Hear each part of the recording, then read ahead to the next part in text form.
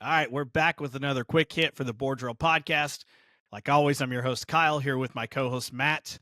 Matt, today we're going to talk about a little dart action from the Tennessee Volunteers. Why don't you go ahead and intro it for us as I load it up?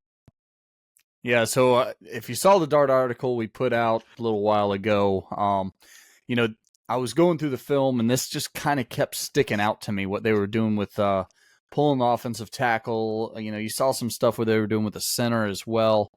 But just some good stuff that they do, especially against the odd fronts when they have a blocking back in the backfield. Here they're going out a two-back set. You see that alley defender out there, he's a problem, right? So anytime we tried to run dart out of 10 personnel, this is what we ended up with. That backside safety or outside linebacker, usually in high school, it's going to be the outside linebacker, was always an issue. He could fill inside, he could come off the edge to the play side, and we just didn't have an answer for it. So this was always like an issue we had. So here you see Tennessee change up their personnel. So here they have an H-back in the backfield.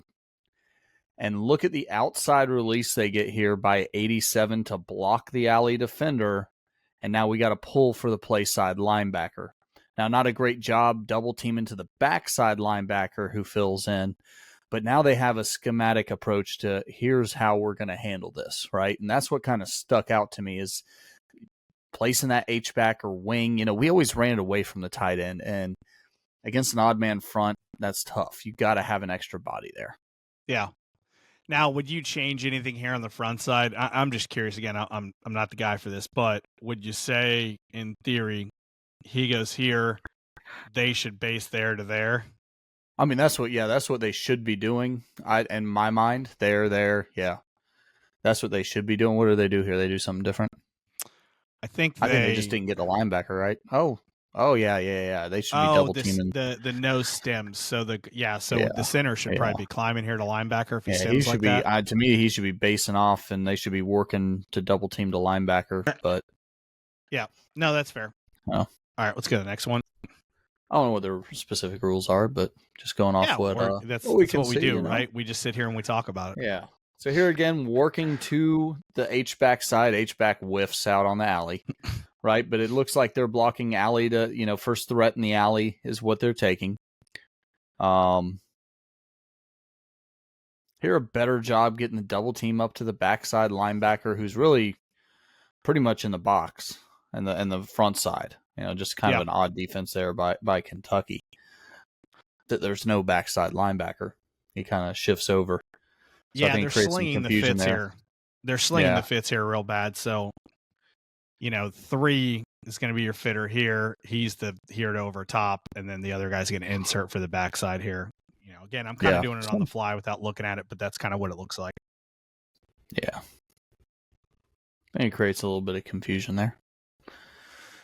Here we go again to the H-back. H-back gets a clean release. First guy inside the box to the play side is what you're going to be, working to. Tackle's just basing off that end. End ends up making the play, but a good job double teaming to the backside linebacker here, but the center and the play side guard. Everything else sealed out pretty well. I mean, it's there here. It's there. Yeah. If the tackle just doesn't get absolutely whipped on this one, it's there. Yeah. Great technique by the defensive tackle or end, whatever you want to call him here in the 4i. Like, you want to talk about locking out on a guy. It's a good job. But they have a hat that guy got drafted. Yeah. So they have a hat for hat, and you'll see it here in a minute. What happens when they actually get a hat for a hat correctly? Now, this is a little bit of an odd look by Kentucky, so I think you get a different reaction. I mean, they got nothing on the edge, on the line of scrimmage there. To the play side, what you're running at, which just makes your mouth water as a offensive line coach. Looks like they got two eyes. So, you get a down block, kick out by the guard, and a wrap to play side. Nothing really for the offensive tackle to do but climb, Yeah. So I think that's what kind of changes this play up is he just takes first available inside. Kind of does a really weak gallop technique there, right? He's like, all right, I'll go. Yep. I think he knew he could kind of take his time because there wasn't much work to be done. I think these are where the clips get good, and sorry for showing you a couple back clips early on, but against NC State, or who is this? Is this NC State? Yeah. I think they do a really good job here. Yeah, they did. Good job by the H getting inside leverage on the alley defender there. Number 6 there is coming up from the safety position. Does a good job positioning himself inside. Get the pull to the play side linebacker. Good job here, center and backside guard, or center play side guard getting to the backside linebacker. Yeah. Fits up really well. And like you said, this is now, I don't think NC State's in it here, but they're more of a 3-3 stack team, just so you can kind of see what their initial alignment is. And I know they're in more of a, quote, 3-4 look here, but they've always been a 3-3 stack team, or something in that realm. So this is kind of a good job there. Am I getting it right? Is this NC State or is it someone else? I could be. Yeah, no, it's NC State. And I think because Tennessee runs such wide splits, you get a little bit of different looks defensively. Yeah. From the receivers, right? So here it is again. True H again. Defensive end goes inside. Look at the defensive end, play side, go inside. The offensive tackle just works right with them, stays square up on them. Big coaching point is body stays square on him best he can. I mean, again, and if you see the picture, I know the guard misses the backside linebacker here, but boy, again, what do we always talk about? A hat for a hat. I mean, boy, you look pretty good right here. I know ultimately that backside backer comes over and makes the tackle, but still, I like the scheme because any scheme where you can get a hat for a hat matters, right? Ultimately, players make plays, but our jobs as coaches are just to scheme it correctly, and I think they do a good job here. Yeah, obviously, you want 76 to keep his head on the inside shoulder, but yeah, of course. I mean, it's you want that perfect world. That running back to be running right at that referee, and but boy, is he running? It's him and 11 chasing him down right here. If you're able to get that seal, I mean, you can see the angle at which he's running here. He is, like you said, right there. So you feel really good about it. Let's look at our next one.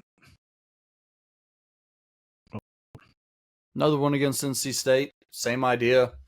They get to the backside linebacker here and look at the difference. Able to seal him off. And I think this goes back to what you said. A lot of people, you included, right, would run this away from the H or the tight end. And now running it too, right, you have that guy. Look, he works out, realizes that overhang's already taken. Now he's going to work up to 5, and that's what really springs it for him. Yeah. Yeah, it almost makes it look like a version of power, like a little bit wider than you'd normally run power, and you're pulling with the tackle instead of the guard, obviously, but very similar. It's the first one we looked at. That was the first one we looked at. Fair enough. So anyways, a short playlist, but we just want to check it out, show you guys something that Matt really liked. If you're interested in the entire article, go over to boarddrill.com. and you can look it up. It is the article on Dart Boss. Perfect. Well, we appreciate you tuning in. We'll see you next time on one of our quick hits.